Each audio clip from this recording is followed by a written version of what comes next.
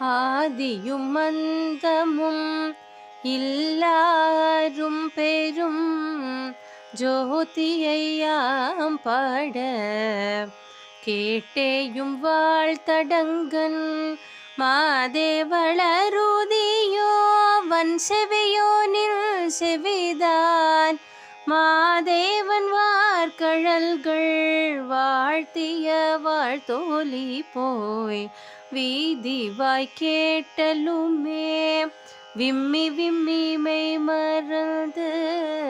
போதாரமளியின் மேல் நின்றும் புரண்டு இங்கன் ஏதேனுமாகாள்